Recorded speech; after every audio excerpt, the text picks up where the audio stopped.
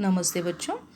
कल हमने अपना पॉइंट देखा था अंतर्राष्ट्रीय महिला वर्ष।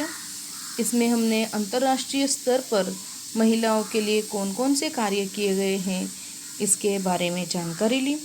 आज हम अपना अगला पॉइंट देखेंगे, महिलाओं के संदर्भ में कानून। भारत सरकार ने 1952 में कानून बनाकर हिंदू स्त्रियों को गुजारा भत्ते का अधिकार दिया है। इसके साथ साथ अपने पिता के संपत्ति में आधे हिस्से का अधिकार भी भारतीय महिलाओं को कानून द्वारा प्राप्त हुआ है। बहुपत्नीत्व प्रणाली समाप्त हो और पुरुषों की तरह महिलाओं को भी तलाक का अधिकार है, ये कानून द्वारा पारित किया गया है। दहेज की प्रथा को बंद करने के लिए 1961 में सरकार द्वारा दहेज प्रतिबंध कानून बनाया। इस कानून के तहत दहेज लेना और दहेज देना ये दोनों गुनाह माने गए हैं। दहेज प्रथा का विरोध करने के लिए, उसको नष्ट करने के लिए ये कानून मार्गदर्शक रहा है। इसके साथ साथ 1961 में मैटरनिटी बेनिफिट एक्ट बनाया गया है। इस एक्ट के अनुसार प्रसूति सुविधा अधिनियम के माध्यम से महिलाओं को प्रसूति के समय अवकाश का अधिकार प्राप्त हुआ है। तो इस तरह से ये बहुत ही महत्वपूर्ण कानून सरकार द्वारा बार बार बनाए गए हैं।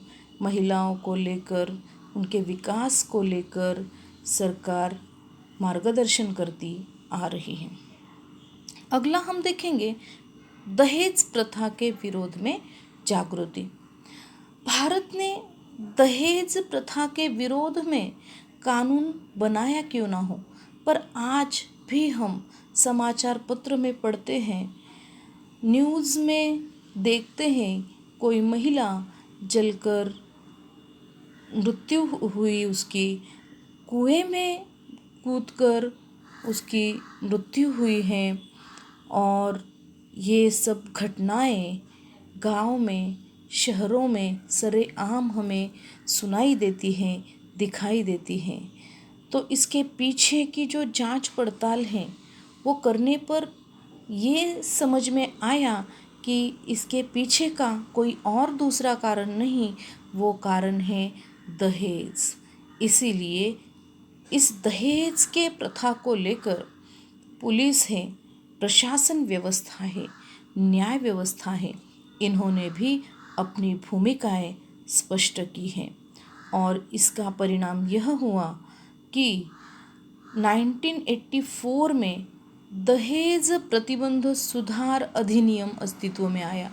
यानी 1961 में जो दहेज प्रतिबंध कानून बनाया था, उस कानून में सुधार के लिए 1984 में ये दहेज प्रतिबंध सुधार अधिनियम बनाया गया है। इसके बाद सन 1988 में इसके साथ साथ ये जो दहेज की शिकार की महिलाएं हैं, उनकी संख्या यहाँ पर प्रकाशित की गई है। सन 1988 में 2209 महिलाएं, 1990 में 4835 महिलाएं, तो सन 1993 में 5377 महिलाएं दहेज की शिकार बनी हैं। अगर हम इन आंकड़ों को देखते जाएं तो ये आंकड़े कम होते नहीं, बल्कि समय के साथ साथ बढ़ते ही हमें दिखाई देंगे। इसलिए दहेज की समस्या अपने समाज के सामने एक ज्वलंत समस्या आकर खड़ी रही है। हमें इस समस्याओं पर आंदोलन करना चाहिए, विचार विनिमय करना चाहिए। अगला पॉइंट हम देखेंगे पारिवारिक न्यायालय। सन 1984 में विवाह के पश्चात होने वाले जो भी विवाद हैं, जो भी घर की जो समस्याएं हैं, घर में जो वाद विवाद हो रहे हैं, इसके साथ साथ तलाक के बाद जो महिला का गुजारे भत्ते का एक प्रश्न है, या एकल पालकत्व और अलग रहने की जो समस्या है, या फिर तलाक के बाद संतान का पालन पोषण कौन करेगा, उसकी जिम्मेदारी कौन लेगा, स्वामित्व, ऐसी जो पारिवारिक समस्याएं हैं उनकी ये समस्या दूर करने के लिए पारिवारिक न्यायालय स्थापित किए गए हैं। ये जो पारिवारिक न्यायालय हैं, इसमें गवाही, सबूतों की जांच पड़ताल करने के स्थान पर समझदारी और वकीलों के स्थान पर समुपदेशों को प्रधानता दी गई है, और ये जो मामले हैं वो तुरंत इस पारिवारिक न्यायालय में हल किए जाएं, इसी पर बल दिया गया है। इसके बाद हम पॉइंट देखेंगे गुजारे भत्ते का मुकदमा। तलाक के बाद विवाहित स्त्री को गुजारा भत्ता प्राप्त होना चाहिए, इसीलिए ये कानून बनाया गया है। और उस स्त्री का गुजारा होने के लिए उसके पति को जो प्रति माह कुछ निश्चित पैसे, निश्चित राशि उसके पत्नी को देनी पड़ती है, इसे कहते हैं गुजारा भत्ता।